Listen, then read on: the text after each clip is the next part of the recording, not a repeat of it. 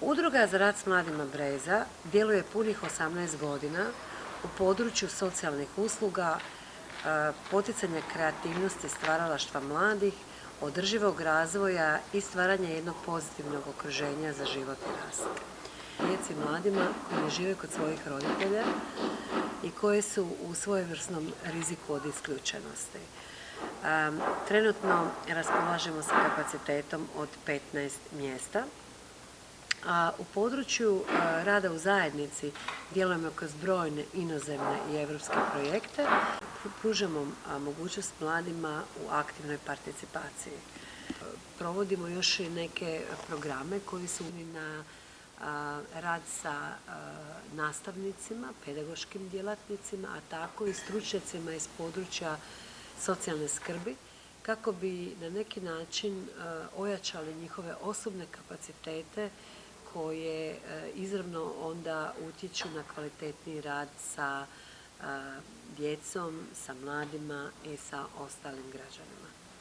Breza ima veliko iskustvo u savjetodavno-terapijskom radu i svoju pomoć nudimo ne samo pojedincima, ne samo obiteljima, djeci, mladima, nego i udrugama koje pružaju socijalne usluge u ovim teškim vremenima, u neizmjerno teškoj situaciji, kako bi ih dodatno osnažili i kako bi nekako ublažili sve one stresne situacije kroz koje oni trenutno prolaze.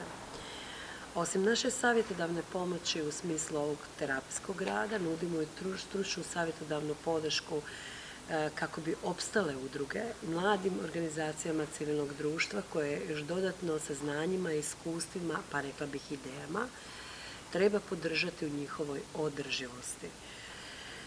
Osim osnaživanja udruga, stručnjaka, pojedinaca, mislim da imamo dovoljno ideja za sve one koji se žele, pojedince, posebno mlade, koji bi htjeli započeti svoje prve poslovne biznise, svoje poslovne ideje, razviti ih, da nekako stanu na noge, napisati poslovni plan,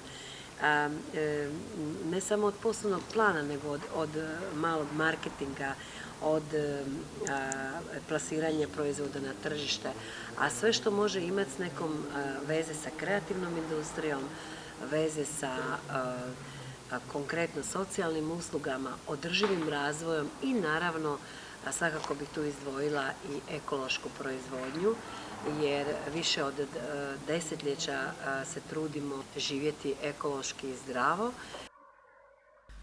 Klub Mladih Lonac i dalje djeluje, samo smo morali malo prilagoditi aktivnosti novonastaloj situaciji. Trenutno smo aktivni na društvenim mrežama, znači na Facebooku i na Instagramu, gdje svaki dan zapravo mladima objavljujemo nekakve ideje što bi mogli raditi od kuće, kako što kvalitetnije provoditi svoje slobodno vrijeme za vrijeme ove samoizolacije.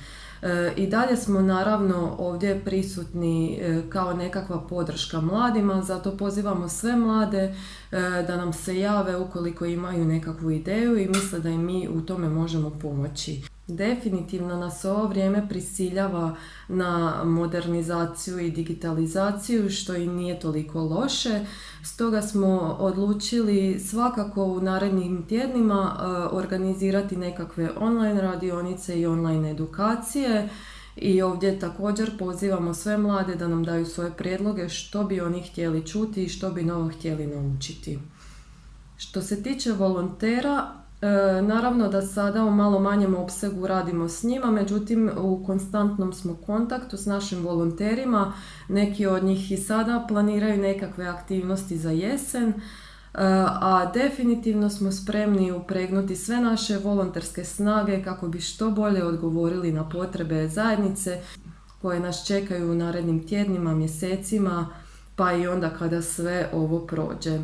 Najtužnije od svega je to što smo morali otkazati ovogodišnju Zemlju bez granica koju smo počeli planirati već krajem prošle godine. Međutim, zbog neizvjesnosti situacije teško je organizirati festival poput toga. Imamo u planu nekakav malo manji event, festival početkom jeseni 2020. godine ukoliko nam situacija to dopusti. Bez obzira što smo doma, možemo imati veliki utjecaj na našu lokalnu zajednicu, a i šire.